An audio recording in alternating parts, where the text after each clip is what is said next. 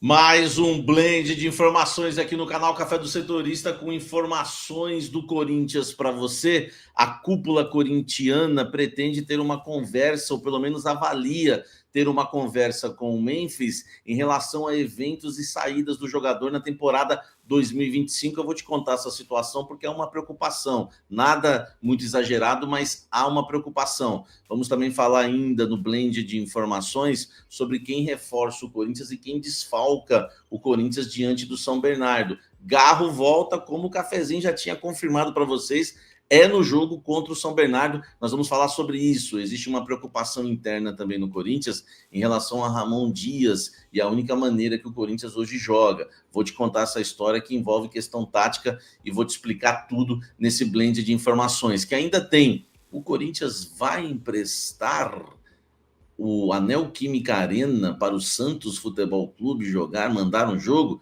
Vou te falar sobre isso também. E ainda tem um motivo, né, que fez José Martínez não estar presente no derby contra o Palmeiras. Tudo isso agora nesse blend de informações. Olha só, vamos falar muito do Corinthians nesse blend de informações. Começar pelo jogo contra o São Bernardo, 18h30, próximo domingo, né, o Química Arena. Falam do cafezinho, mas sempre trazendo informação para você na temperatura certa. Há 15 dias, né, eu trouxe que o Garro voltaria no jogo contra o São Bernardo. Antes do clássico contra o São Paulo, contra o Palmeiras, né, o derby, muita gente começou a cogitar se o Garro pelo menos seria relacionado. Eu fui lá e cravei e disse: não vai ser relacionado porque não fez nenhum treino na semana, não volta contra o Palmeiras. Voltei a cravar que volta contra o São Bernardo no domingo. Ramon Dias confirmou, Garro será reforço do Corinthians. Enfim, volta o argentino nesse domingo, jogo pelo Campeonato Paulista na Neoquímica Arena. Está de fora o Thales Magno. Enfim, ele vai viajar para regularizar o visto dele americano, enfim, né, aquela questão do green card. O Thales, que ia fazer essa viagem há 2 semanas, resolveu fazer agora, não participou do treino já desta sexta-feira no CT Joaquim Grava e desfalca o Corinthians contra o São Bernardo. Então, Thales Magno fora. Continuam de fora também Michael e Gustavo Henrique. Eu já coloquei os dois na pauta, porque eu sei que vocês vão me perguntar depois. Vai ter o Café da Fiel hoje às 19 horas. Aguardo você, hein? Eu sei que vocês vão me perguntar, né, sobre o Thales e também sobre o Michael e também a questão envolvendo o Gustavo Henrique. Não voltam ainda, tá? O Gustavo Henrique, talvez na semana que vem, ele já esteja à disposição. O Michael, quando está dando uma segurada maior, mas deve voltar esse mês também o volante. Então, o Corinthians ganhando aí os seus reforços caseiros. Você sabe quem vai jogar domingo, quem não vai, é aqui no Blend de Informações. Deixa o like e vamos embora, seguir falando muito do Corinthians aqui no canal Café do Setorista. Dedo no like para ajudar o cafezinho. Corinthians vai emprestar a Neoquímica Arena para o Santos Futebol Clube. O Corinthians recebeu um pedido. Lembra que o Corinthians já fez isso, né? É bom lembrar que o Corinthians é o maior rival do Santos. O santista não gosta do corintiano, tá? E eu quero lembrar também, eu vou deixar as opiniões para depois, que os santistas quebraram a Vila, né? Quebraram a Neoquímica Arena, né? A Vila também, né? Quando tem jogo do Corinthians lá, vocês sabem. E eu nem sei se pagaram, tá? E muitos saíram esnobando ainda depois daquele jogo contra o Red Bull. Mas houve o pedido. O Augusto Melo, presidente do Corinthians, tem uma relação muito boa com o Marcelo Teixeira, está avaliando. A princípio, o jogo está marcado para o dia 16 de fevereiro, às 20 horas e 30 minutos, na Vila Belmiro, tá? No próximo dia 16. No entanto, caso, né, o Corinthians aceite aí emprestar, né? Emprestar não, né? Pelo amor de Deus, acho que o termo correto não é nem emprestar, né? Alugar. Será necessário um ajuste na data, porque no mesmo dia Palmeiras e São Paulo se enfrentam no Allianz Parque. Então vai ter a torcida já do Palmeiras, né? E se tiver infelizmente, aquelas tretinhas marcadas, né? Pode cruzar aí 3 torcidas, enfim, tá? Vale destacar que o Corinthians joga no dia 15 de fevereiro contra a Portuguesa, às 18h30, no Pacaembu, tá? Com isso, a Neoquímica Arena vai estar livre e o Corinthians poderia, né, emprestar não, alugar a Neoquímica Arena. Comenta aqui embaixo, você acha que deve alugar ou não? Eu quero a sua opinião. Olha só, por que o José Martínez não participou do derby, do clássico contra o Palmeiras? Realmente, a assessoria do Corinthians me confirmou hoje que foi por conta da viagem, né, para a retirada, né, a regularização lá do visto americano dele, né, o jogador José Martínez, tá? Eu não curti muito a ideia, eu acho que na semana do derby não deveria fazer igual o Thales fez e depois do derby, porque o José Martínez fez muita falta. Eu ia fazer duras críticas ontem no pós-jogo, que eu não recebi a resposta da assessoria, eu já tinha a informação que saiu no GE, mas eu queria confirmar com o Corinthians a informação, porque eu achei meio... não achei sabedoria, não achei legal liberar o jogador. Se fosse algum problema pessoal, como cogitaram-se por aí, vocês fofoqueirinhos cogitaram, beleza, até entenderia, mas já que o Corinthians está confirmando que foi só pelo visto, poderia ter deixado para o jogo contra o São Bernardo, por exemplo, enfim, na semana passada. Várias situações, quando ele tomou a suspensão, no período que ele cumpriu a suspensão, ele poderia ter ido e voltado. Enfim, aí começa a deixar os jogadores muito à vontade também, é um perigo. Então foi por isso realmente que o José Martínez não esteve no derby e para mim fez muita falta. Eu estou fazendo essa crítica porque eu gosto do José Martínez e acho que ele inclusive deve ser o titular do Corinthians, na minha opinião, tá bom? Então tá aí a apuração para vocês, enfim, é isso mesmo. Já tinha saído no GE em outros veículos, o Corinthians confirmou. Deixa o like e dê sua opinião, quero sua opinião sobre José Martínez aqui embaixo. Olha só, eu conversei com profissionais do clube também, pessoas da diretoria e com jogadores, e existe sempre a mesma preocupação no Corinthians, tá? Tô falando, atletas, pessoas importantes, né, da cúpula corintiana, e eles me falaram que existe uma preocupação em relação à maneira que o Ramon Dias ele monta o time, que é uma maneira única. Eu vinha falando sobre isso, do exagero do Ramon Dias em escalar o time sempre no 4-4-2 losango, que eu gosto do esquema, acho que tem que ser esse realmente o esquema, mas eu sinto falta de variação. Mas também, né, tem gente da diretoria reclamando, mas às vezes falta uma característica de jogador para o elenco, para ele também jogar de outra forma. Porque ele arriscou contra o Novo Horizontino, ele fez 2 linhas de 4, com 2 atacantes, o Giovani aberto na direita, lembra? Ele fez. Ontem, por exemplo, ele fez linha de 5. Ele até muda, só que ele está ficando meio manjado dentro do clube por não mudar, por ter um esquema só. O que eles falam é o seguinte: quando o adversário, quando não encaixa com o adversário a marcação, ou quando o adversário, né, consegue dominar o jogo e vencer essa tática do Ramon, o Corinthians fica perdido porque só tem uma maneira de jogar. Então existe essa preocupação. Mas eu quero a sua opinião. Você concorda com isso? Você acha que o Corinthians está muito limitado taticamente? Deixa o like aqui, inscreva-se no canal, comente aqui embaixo e vamos terminar com uma apuração sobre Memphis Depay. Olha só, importante a gente passar para vocês essa apuração sobre Memphis Depay. Não é nada demais, não precisa ficar, crise, não tem crise, tá? Aliás, essas narrativas são tão feias. Por exemplo, se o Corinthians tivesse perdido o derby, e eu ia trazer essa informação do mesmo jeito, iam falar o seguinte: tá vendo? Só foi perder que vem com a informação. Não perdeu, empatou com gosto de vitória, e eu vou dar a informação. E eu, né, vocês acham que não, apesar de ser jornalista, mas eu seguro a onda. Eu não trouxe essa informação ontem antes do derby, que poderia gerar algum tipo de polêmica, tá? Então, só para você entender, a cúpula corintiana está avaliando e entendendo que o Memphis Depay voltou esse ano em 2025 e ele tá saindo demais, fazendo muitos eventos, gravando clipe, altas horas, né?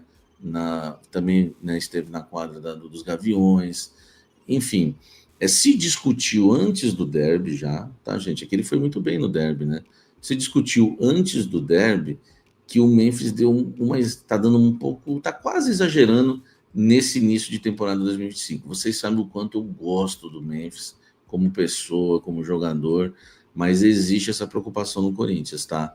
Eles vão avaliar agora daqui para frente, foi só essas primeiras semanas. Eu teria até outros assuntos para falar, né? Enfim, mas eu não vou deixar, não vou falar para não criar tanta polêmica. Mas assim, situações que ele levou lá para dentro também que não gostaram, né, em dia de jogo, enfim, eu vou falar, né, clipe no vestiário, que era até aquilo que o Fábio Lázaro, escreveu, mas ele não quis falar, que foi o clipe do Ariel, levado o Ariel para o vestiário, enfim, esse tipo de coisa, a cúpula está entendendo um pouco exagerada. E eles agora vão avaliar a próxima semana para ver se o Memphis vai dar uma segurada. Caso continue muito, né, saindo muito, né, fazendo muito evento, aí eles vão ter uma conversa. Por enquanto, beleza, tá? Eles só ficaram meio assim, então ficaram preocupados, não chegaram a conversar com o Memphis sobre o assunto, mas ficaram preocupados com esse início de 2025, com o Memphis saindo bastante, tá bom? Informação importante para vocês, não tem crise, não tem nada, fiquem tranquilos, estou dando informação mesmo com um empate heróico. Se tivesse perdido, eu ia dar informação e ia falar, oh meu Deus, mas é uma informação que você precisa saber, talvez você até concorde com isso, com a cúpula corintiana, tá? Mas o importante é que dentro de campo ele resolve, né? E ontem resolveu mais uma vez, deu assistência para o gol, elástico, caneta, enfim. Em resolvendo em campo, não vai ter problema nenhum sempre, eu acredito nisso, tá? O campo fala.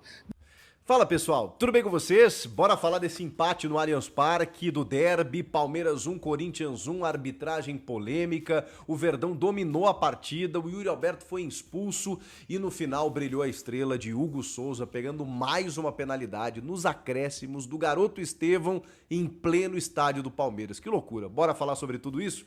Bom gente, bora analisar esse jogo agora com mais calma, né? Já fiz a live aqui pós-jogo e acompanhei atentamente as entrevistas e também os bastidores, as repercussões. Tem mais coisa pra gente falar do que a gente falou na live. E vamos lá, vamos analisar esse jogo em que teve um domínio palmeirense. O Corinthians custou, demorou a perceber a maneira como o Palmeiras atacava. O Palmeiras também teve alguns problemas no jogo, tá? Eu vou falar sobre os dois times aqui nesse vídeo para vocês terem uma ideia do que aconteceu. O Palmeiras escalou 3 zagueiros, liberou seus alas, Piquerez pelo lado esquerdo e Mike pelo lado direito, e por isso a escolha pelo Mike, né, e não pelo Marcos Rocha ou pelo Giai. O Mike, que é muito bom nessa segunda linha. O Piquerez, então, nem se fala. É impressionante a falta que esse jogador fazia. Caio Paulista, Vanderlan, esqueçam. Piquerez, pelo lado esquerdo, ainda mais avançando. Ele é muito bom defensivamente, mas ofensivamente ele é maravilhoso. E aí o Abel Ferreira escala o Gomes, o Murilo e o Naves, com o Richard Rios no meio de campo para dar uma sustentação e 4 jogadores extremamente habilidosos de muita movimentação, o que confundiu completamente a defesa do Corinthians. Tô falando do Maurício, do Veiga, do Facundo e do Estevão. São jogadores do drible, da vitória pessoal, da qualidade técnica, da aproximação, da finalização, e eles estavam normalmente desmarcados para receber essa bola e ocupavam uma faixa, um buraco deixado pelo Corinthians que reflete muito do que Ramon Dias precisa fazer ou precisa arrumar no time. Porque aí a gente vai para a escalação do Corinthians. E a escalação do Corinthians, ela tem algumas ausências que já são conhecidas, né? O Rodrigo Garro, que tá voltando, o próprio Breno Bidon, que tá na seleção, o José Martínez, que não voltou a tempo dos Estados Unidos e tudo mais. E na defesa, não tem outro parceiro nesse momento, pelo menos pro Ramon Dias, pro André Ramalho, que acaba sendo o Kaká. E vamos lá, né? O Kaká não tem a mínima condição. O Kaká é inqualificável para jogar no Corinthians. E assim, quando a gente vê o avanço, a ascensão do menino João Pedro Tchoca, não dá para entender como o João Pedro não é titular. O ano passado, vocês vão lembrar, o Breno Bidon, cara, logo que o Ramon chega, o Bidon vai pro banco. Porque o Ramon entende que o Charles tinha que jogar, que outros jogadores tinham que atuar, porque o Bidon, muito moleque, né? Naquele momento, o time brigando para não cair no Brasileiro, aquela coisa toda, ele não queria colocar o menino. Aí o Bidon teve que jogar 50 vezes mais do que normalmente jogaria, para o Ramon entender que não, ele tem que ser titular. Nesse momento é o que está acontecendo na defesa. Eu não sei onde o João Pedro pode chegar. Eu já me enganei com alguns zagueiros do Corinthians, que começaram o ano bem, o Caetano, o João Vitor, que não tiveram a carreira que eu imaginei que eles fossem ter. O Murilo, a gente sabe onde chegou e onde pode chegar. Mas outros zagueiros, ok, me enganei. O João Pedro eu não sei se eu me enganei ainda, mas o fato é que hoje ele está melhor. Hoje ele tá melhor do que o Kaká, do que o Gustavo Henrique, do que qualquer outro. E por que ele não joga? Não, porque temos que ter calma com o garoto. Ainda estamos na pré-temporada. E aí você arrisca, num clássico contra o Palmeiras, ter um jogador como o Kaká, em que qualquer jogador sobe na grande área para cabecear, que ele passa batido. Ele dá botes inacreditáveis, ele quase faz gol contra, ele é atrapalhado, ele não se posiciona bem. Não dá. Não dá pra você contar com o Kaká. E olha que eu achei que o grande drama do Corinthians no jogo fosse o lado esquerdo com o Kaká e o Hugo. O Hugo foi bem no outro clássico contra o Palmeiras, esse foi o argumento do Emiliano. Não, gente, o Hugo também não serve pra jogar no Corinthians. Mas o grande problema foi o lado direito. O Mateuzinho tava voltando de lesão, é verdade, mas o posicionamento deixou um buraco, muitas vezes, pelo lado direito defensivo do Corinthians, em que o Facundo Torres caiu por ali, o Maurício caiu por ali, muitas vezes o Veiga caía por ali, e sem contar o Piquerez. Pronto, era uma festa no seu rádio, né? Como a gente brinca. O Piquerez no primeiro gol, ele dá um passe maravilhoso, mas é um passe que o André Ramalho falha na cobertura do Maurício, e o Kaká vem lá do outro lado, que nem um doido, e não consegue travar o Maurício. Muito mérito da jogada palmeirense nesse gol, mas também tem a falha e o buraco e o problema que já havia acontecido no jogo contra o Noroeste. Num lance pela direita, em que o Cicinho lateral ele faz um passe exatamente da mesma maneira, ele vence o André Ramalho, e o Kaká e o Pedro Maciel, se eu não me engano, vai lá e faz o gol. Num jogo em que o Corinthians quase não sofreu, mas aí numa chegada tomou o gol, porque problemas defensivos estão sendo recorrentes.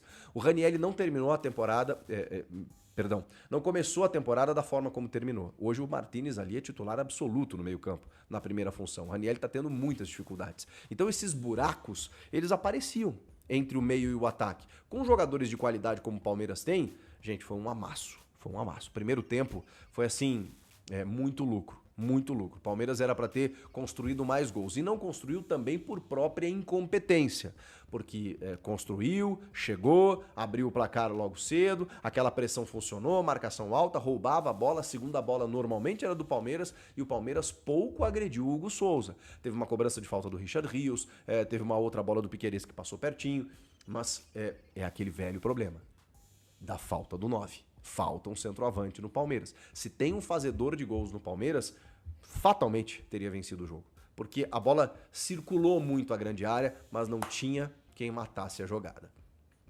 E aí o Corinthians descobre um gol. Mas descobre um gol. Em alguns outros momentos, chegou também. O Memphis Depay estava tentando um pouco mais recuado, numa jogada individual muitas vezes, deu uma caneta maravilhosa no Naves, estava tentando um passe para o Yuri Alberto, muitas vezes batia na defesa e voltava, e aí quando ele conseguiu encaixar numa jogada que vem do Igor Coronado, do Hugo para o Igor Coronado, ele toca para o Memphis avança e aí ele consegue tocar no ponto futuro para o Yuri. O Yuri, pela primeira vez, recebia a bola em condições de finalizar, chuta e o Everton defende. O Yuri fez muito pivô no jogo, o que a gente sabe que não funciona. Ok, o jogo não era para atacar espaço, mas esse tipo de jogada o Corinthians tinha que criar mais, porque aí o Yuri chegaria, como chegou, no gol em que o Memphis tem um mérito absoluto de roubar a bola do Richard Rios, esperar o tempo certo para servir o Yuri acredita na jogada e a finalização dele é perfeita, um chute cruzado quase na bochecha da rede, quase na trave, no cantinho para vencer o Everton. Primeiro gol do Yuri na temporada esse ano.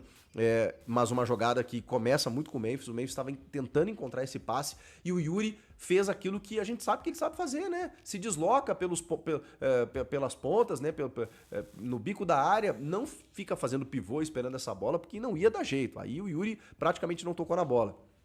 Quando ele conseguiu esse espaço, o Memphis descolou esse espaço, o Corinthians empatou. Mas realmente, diante das circunstâncias, era um achado aquele gol. Porque o Palmeiras era muito superior em termos de volume, em termos de supremacia, finalizações e tudo mais. E teve ainda uma bola do André Ramalho, numa cobrança de escanteio do Coronado, em que o Everton faz uma defesa, mirabolante. É inacreditável a defesa que o Everton faz. Porque o André Ramalho pega em cheio, assim, ele chapa assim, a bola que vem do alto, e aí o Everton acaba fazendo uma baita defesa em cima e acaba salvando o que seria o gol do Corinthians. Mesmo assim, repito, em volume, Palmeiras foi muito superior. Vem o segundo tempo e tem uma troca da comissão técnica do Corinthians. Eles retiram o jogador que agora eu esqueci, para botar o João Pedro Choca, o Alex Santana, que já tinha cartão amarelo. E aí coloca mais um zagueiro. Justamente para abrir os laterais, né? Avançar um pouco mais o Mateuzinho e no lado esquerdo o Hugo, mas depois entra o Matheus Bidu, justamente um espelho do que estava fazendo o Palmeiras. Não adiantou muito, adiantou um pouquinho, só que em 15 minutos vem a expulsão do Yuri Alberto. E aí não teve jeito, né? De novo, o Corinthians teve que recuar e o Palmeiras de novo empurrou o Corinthians para o seu campo. Foi um amasso de novo. Eu já vou falar das questões da arbitragem aí, que eu sei que vocês querem saber. Mas enfim, aí o Palmeiras começou a pressionar. O Ramon alçou mão de Charles e outros jogadores que infelizmente não dão conta do recado. E o Palmeiras enfrentou o mesmo problema do primeiro tempo. Circulou a bola, não tinha um 9, não conseguia chegar, finalizou até algumas vezes e tal, mas não tinha aquele definidor. Foi volume, pressionando, um jogador a mais, aquela coisa toda, até que vem 2 lances de penalidade. Um que não foi marcado pelo Klaus, e o outro que acabou sendo marcado. E aí o Klaus já estava com uma carga do primeiro tempo pela expulsão do Yuri Alberto.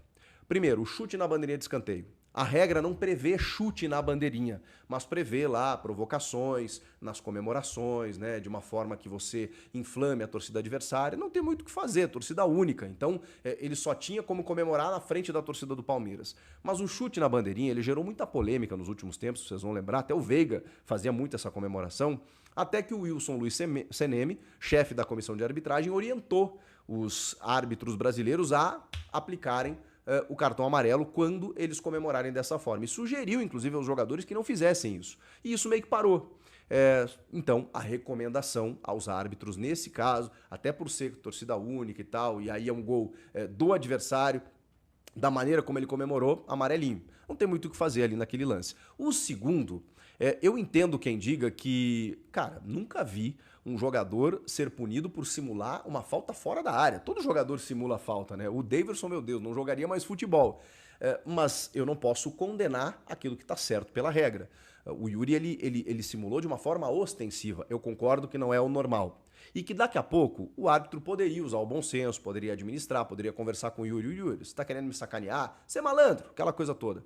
Mas o Klaus decidiu aplicar a regra e eu não posso aqui condenar o árbitro por ter aplicado a regra. Eu posso questionar o critério, posso questionar por que ele não faz isso sempre, se a gente vai ver isso se manter, se esse padrão vai acontecer, e também entender que o Yuri vacilou, porque tendo um cartão e simulado de uma forma ostensiva como ele simulou, realmente ele correu um risco e acabou sendo punido por isso. E logo cedo, 15 minutos de jogo, tinha muito tempo ainda para acontecer. Mas o Klaus se envolveria em outras polêmicas. Tem o pênalti pedido pelo Palmeiras quando a bola bate no braço do André Ramalho, mas a bola desvia na sua perna antes. E não quer dizer que tire sempre a penalidade quando desvia em outra parte do corpo. A FIFA tirou isso da regra.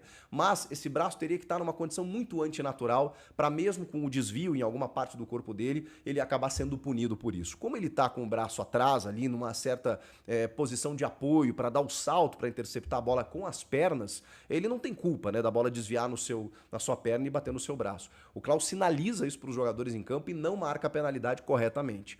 E aí vem um lance mais polêmico, que é o pênalti sofrido pelo Estevão, que num vacilo tremendo da defesa do Corinthians, o cara entra a dribles, o Kaká dá um bote inacreditável dentro da área, na entrada da área ali, e aí ele consegue passar mais pelo Bidu, passa pelo terceiro, quando ele passa pelo Rian, ao choque. Esse choque, eu tinha a impressão até que ele era no corpo, mas ele é na perna. Só que, o que eu quero dizer? É um lance polêmico, porque assim, e por que o VAR não chamou? Porque o Klaus interpretou no campo como pênalti, e como há o contato, e como é um lance interpretativo, tem que respeitar a decisão do Klaus, tá? De marcar a penalidade. Porque o Rian, ele dá a perna ele deixa a perna para fazer o bote, só que ao mesmo tempo o Estevão vai se projetando. Essa é a minha análise, que o Estevão se projeta. E quando ele se projeta ao contato, há quem pense que aquela perna ficou, né? Porque o lance é muito rápido, né? A gente olha em câmera lenta, o Rian, ele deixa a perna, ele não toca inicialmente e depois ao contato do Estevão na perna do Rian. Eu acho que esse contato é provocado pelo Estevão, mas a perna do Rian estava no meio do caminho. Ao toque, ao contato, por isso que é interpretativo e o pênalti foi marcado. Enfim, acho que tem discussões para todos os lados. Inicialmente eu achei um absurdo a marcação. Depois eu olhei, tem um pezinho, tem um contato e tal, dá para marcar. Mas eu não marcaria exatamente porque eu acho que o Estevão projetou antes. E aí vem a defesa espetacular do Hugo Souza, que é um fenômeno no gol do Corinthians. 6º pênalti defendido, o 2º essa semana. Ele faz uma leitura brilhante do pênalti do Estevão. O Estevão sempre chuta no alto, o Estevão chutou baixo. Não sei se realmente ele sentiu a pressão. Acréscimos, clássico, derby, o Hugo, que é um pegador, ele chapa no canto direito e o Hugo vai lá buscar numa defesa extraordinária. E garante esse empate para o Corinthians, o Hugo Souza brilhando mais uma vez. Aí você tem várias maneiras de você analisar isso, né? O Corinthians vai depender sempre do seu goleiro. Não pode, né? O Corinthians não vai ajustar os seus erros defensivos, vai se permitir sofrer, como aconteceu contra o Novo Horizontino, ok, era um time completamente descaracterizado, né? Mas não dá para depender sempre do seu goleiro. O jogo hoje tinha um jogador a menos, ok, mas o Corinthians tem que corrigir esses problemas defensivos para não sofrer tanto.